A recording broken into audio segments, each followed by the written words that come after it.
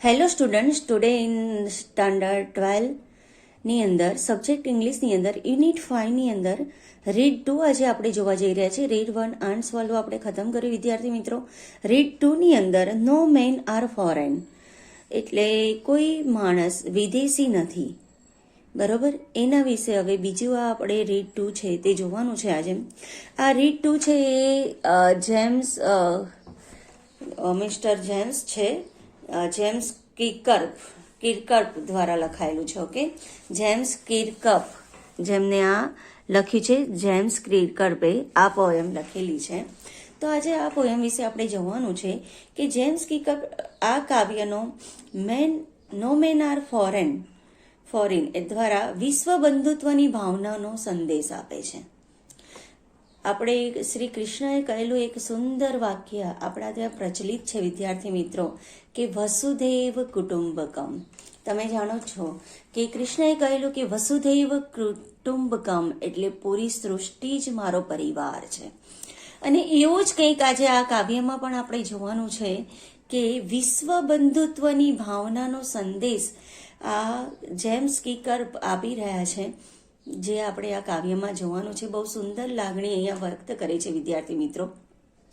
આ કાવ્યમાં તે કહે છે કે માનવ માત્રએ એ વાત યાદ રાખવી જોઈએ કે કોઈ પણ વ્યક્તિ અજાણી, સામાન્ય કે વિદેશી નથી.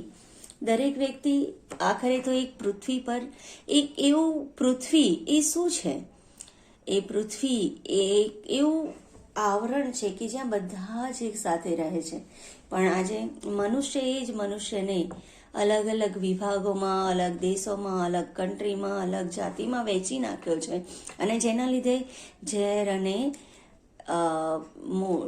અને એકબીજા પ્રત્યેની જે અલગતાની ભાવના ઉત્પન્ન થઈ છે. પણ જોવા જઈએ તો આખરે તો બધા જ એક જ આ પૃથ્વી જે છે એના પર રહેતા બધા છે બંધુઓ. તો પછી શા માટે લડે છે? પણ એ નથી સમજતા એ લોકો. એની જ આ ભાવના અહીંયા આપણે આજે જોઈશું કે કોઈ પણ વ્યક્તિ અજાણી, અસામાન્ય કે વિદેશી નથી. તમામ પહેરવેશની નીચે એક જ માનવ શરીર રહેલું છે. કેટલી સુંદર અને મોટી વાત છે તે તો સમજો કે દરેક પહેરવેશ, ચાહે ઇંગ્લેન્ડ હોય, અમેરિકા હોય, ઇન્ડિયા હોય કે બીજું કંઈ હોય, પણ દરેક પહેરવેશ આપણે જે કપડાં પહેરીએ છીએ એના અંદર તો એક જ માનવ શરીર રહેલું છે. અને આ સત્ય સમજાય ને તો માણસ ક્યારેય લડે નહીં એકબીજા સાથે, પણ નથી સમજતો.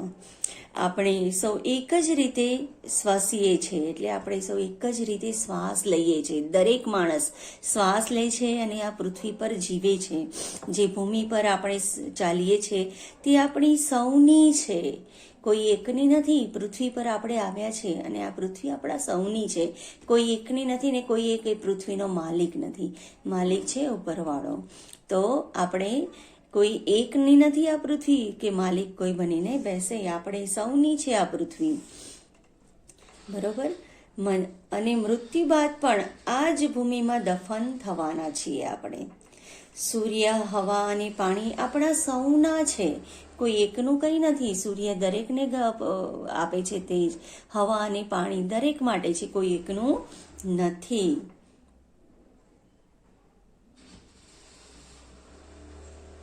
પછી યુદ્ધ સિવાયના સમયમાં આપણે સૌ સરખું જ અન્ન ખાઈએ છીએ. કે છે કે જ્યારે યુદ્ધ સીમા પર ચાલતું હોય એના સિવાયના સમયમાં તો બધા એક જ અન્ન ખાય છે, એક જ અનાજ ખાય છે, બરાબર. તો પછી એના માટે યુદ્ધ શું કામ કરે છે એ માણસ ક્યાં સમજે છે? પણ અને યુદ્ધની પરિસ્થિતિમાં ભૂખ્યા રહેવાનું પણ સૌ માટે સમાન જ છે. આપણે ઈશ્વરે આપેલા એ જ બે હાથથી મહેનત મજૂરી કરીએ છીએ. દરેકને બે હાથ આપ્યા છે ઈશ્વરે. હારે અલગ છે પણ એ જ બધાના હાથ છે ને જેનાથી બધા જ મહેનત મજૂરી કરે છે. બધા જ ઈશ્વરના માટે તો સરખા છે. તો અહીંયા એકબીજાના કેમ ઉપર નીચે માને છે? માણસનો આ સ્વભાવ કેમ આવો છે? આપણે એ પણ યાદ રાખવું જોઈએ, વિશ્વમાં દરેકને નિહાળવા એ આંખો આપી છે. એ કહે છે કે વિશ્વમાં દરેકને નિહાળવા માટે આંખો આપી છે. અન્યોની શક્તિ પણ આપણા જેટલી જ છે અને ગમે તેટલી તાકાતને પણ પ્રેમથી વશ કરી શકાય છે. દરેકને આખો વિશ્વને નિહાળવા આપી છે અને બીજાની શક્તિ પણ આપણા જેટલી જ છે. આપણે ગમે તેટલી મહાન તાકાતને પણ પ્રેમથી આપણે વશ કરી શકીએ છીએ, આપણા અંદર કરી શકીએ છીએ એ તાકાતને.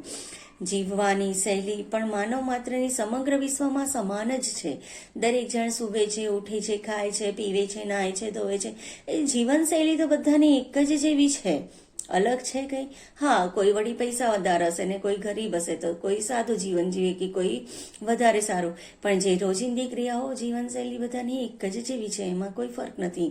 આમ આપણે યાદ રાખવું જોઈએ કે આપણા વિશ્વ બંધુઓને આપણે કદાપી ધિક્કારવા ન જોઈએ.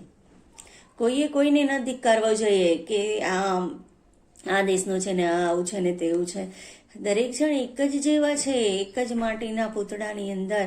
ગુજરાતી ભાષામાં તો એવા ગીતો પણ છે વિદ્યાર્થી મિત્રો કે એક જ માટીના પૂતળાની અંદર આ રહેલા જીવને એક જ જેવું જ્ઞાન આપેલું નથી, પણ હા એ તો છે કે બધા જ એક જ જેવી પરિસ્થિતિમાં એક જ જેવા વસ્તુ કરીને ક્રિયાઓ કરીને જીવે છે.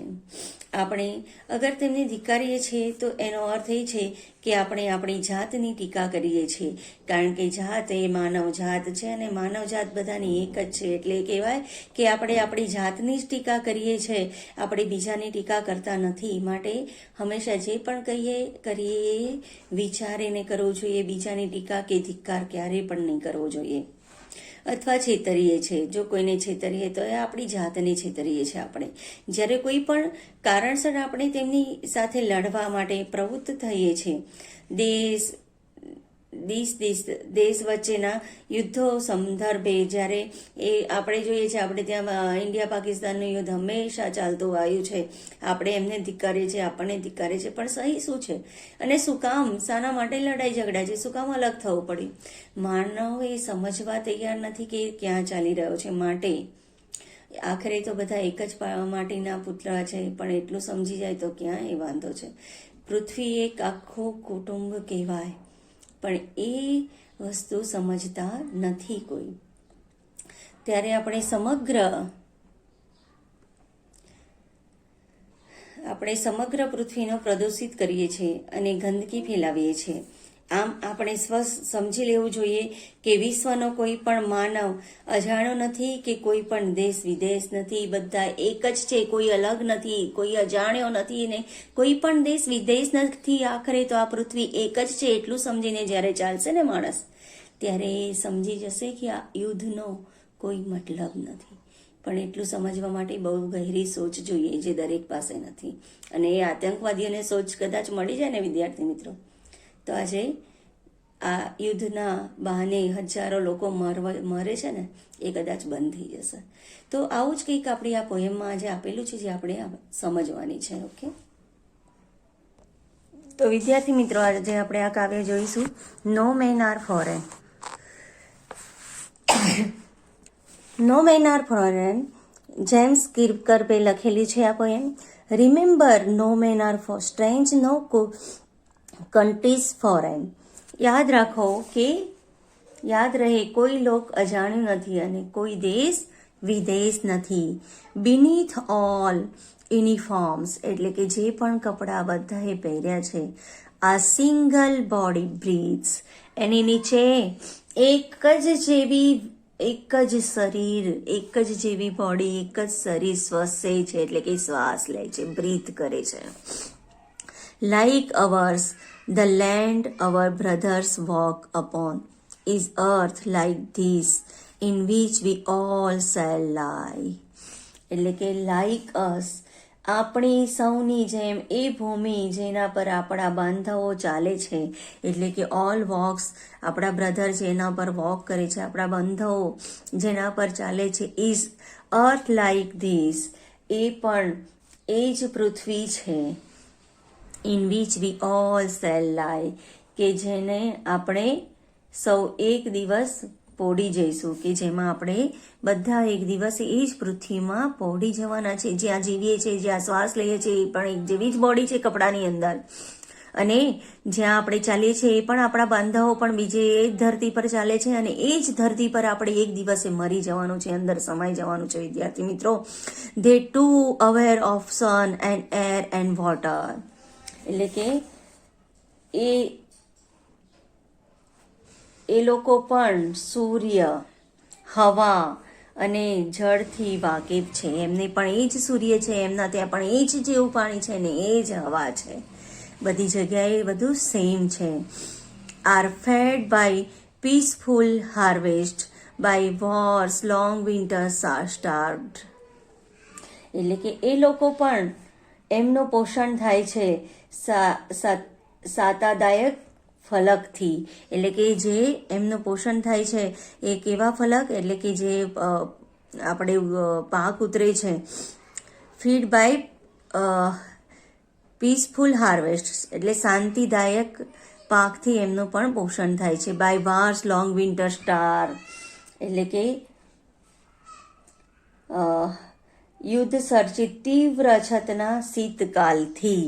શીત ઠંડકના યુદ્ધ સર્જિત જે શીતકાલ છે અછતના, તેનાથી આ labour not different from our own, એટલે તેમના હાથ નથી ભિન્ન આપણાથી. એ જે અને તેમની જે હાથની છે એ હાથ આપણાથી ભિન્ન નથી. એમ જે કામ એ ઠંડીમાં પાક ઉતારવા માટે કરે છે ખેતરમાં, એ હાથ પણ આપણા જેવા જ છે. Remember they have eyes like hours that વેગ. યાદ રાખો, તેમની રેખાઓ આપણને ઉકેલાય છે અને એવો શ્રમ જે નથી જુદો આપણા શ્રમ થકી. Remember they have eyes like our that walk. યાદ રાખો રહે કે તેમની આંખો આપણા જેવી જ છે અને આપણી જેમ જ જાગે છે. Or sleeps and straight that can be won. અને આપણી જેમ જ સૂવે છે અને પ્રેમથી જીતી શકાતું સામર્થ્ય દરેક ભૂમિ પર એક જ સમાન જીવન છે. Or sleep and straight that can be won by love. જે પૃથ્વી પર પ્રેમથી જીતી શકાય એવું જીવન. In every land is common life. અને દરેક જીવન, દરેક લેન્ડ પર, દરેક જમીન પર એક જ જેવું જીવન છે. That all can recognise and understand. જેનાથી બધા વાકેફ છે અને સમજે છે. Let us remember wherever we are told. આપણે યાદ રાખીએ જ્યારે આપણને કહેવામાં આવે છે ટુ હેટ યોર બ્રધર્સ. તમારા ભાઈઓને એટલે કે આ જે આપણા બંધુઓ છે એમને ધિક્કારો. ત્યારે ઇટ ઇઝ અવર સેલ્ફ, ત્યારે આપણે જ છીએ. That we shall despise, betray, condemn. એટલે કે ત્યારે આપણે જ છીએ કે તેમનો પ્રતિકાર કરવો પડશે. એ આપણે જ કરવો પડશે. જ્યારે આપણને કોઈ આવું કે તેમને ધિક્કારો, ત્યારે આપણે જ તેમનો પ્રતિકાર કરવો પડશે. ડિસ્પોઝિસ, એમને છે દેવો પડશે અને વખોડવું પડશે. એમનો કંડમ એટલે કે એમને વખોડી દેવું પડશે કે આવું નહીં કહો, એ અમારા જ છે, બધી પૃથ્વી પર અમે એક જ છીએ. અને જ્યારે આવું કહેતા હોય કે એમનો ધિક્કાર કરો, ત્યારે આપણે જ ઊભા થઈને લડવું પડશે તેમની સામે કે અમે એક જ છીએ ને અમારા જ છે. Remember we who take arms against each other. યાદ રાખો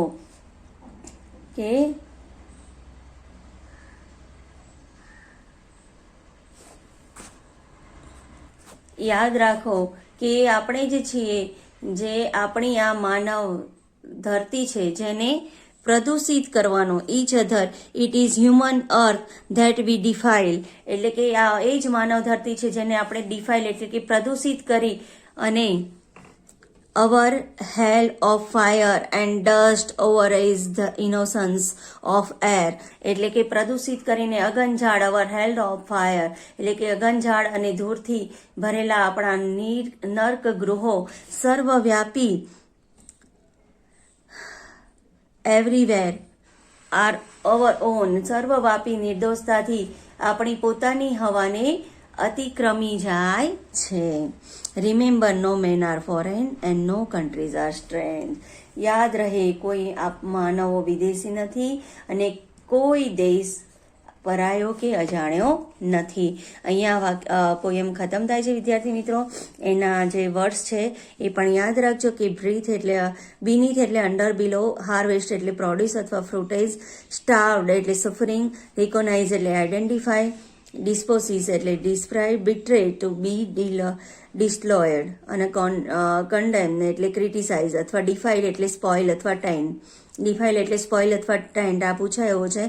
અને ઓટ્રેઝ એટલે વાયોલેટ. આ શબ્દો પણ યાદ રાખવાના છે જે એક્ઝામમાં પૂછાય છે. બરાબર. તો અહીંયા આ પોએમ ખતમ થાય છે. Okay, thanks.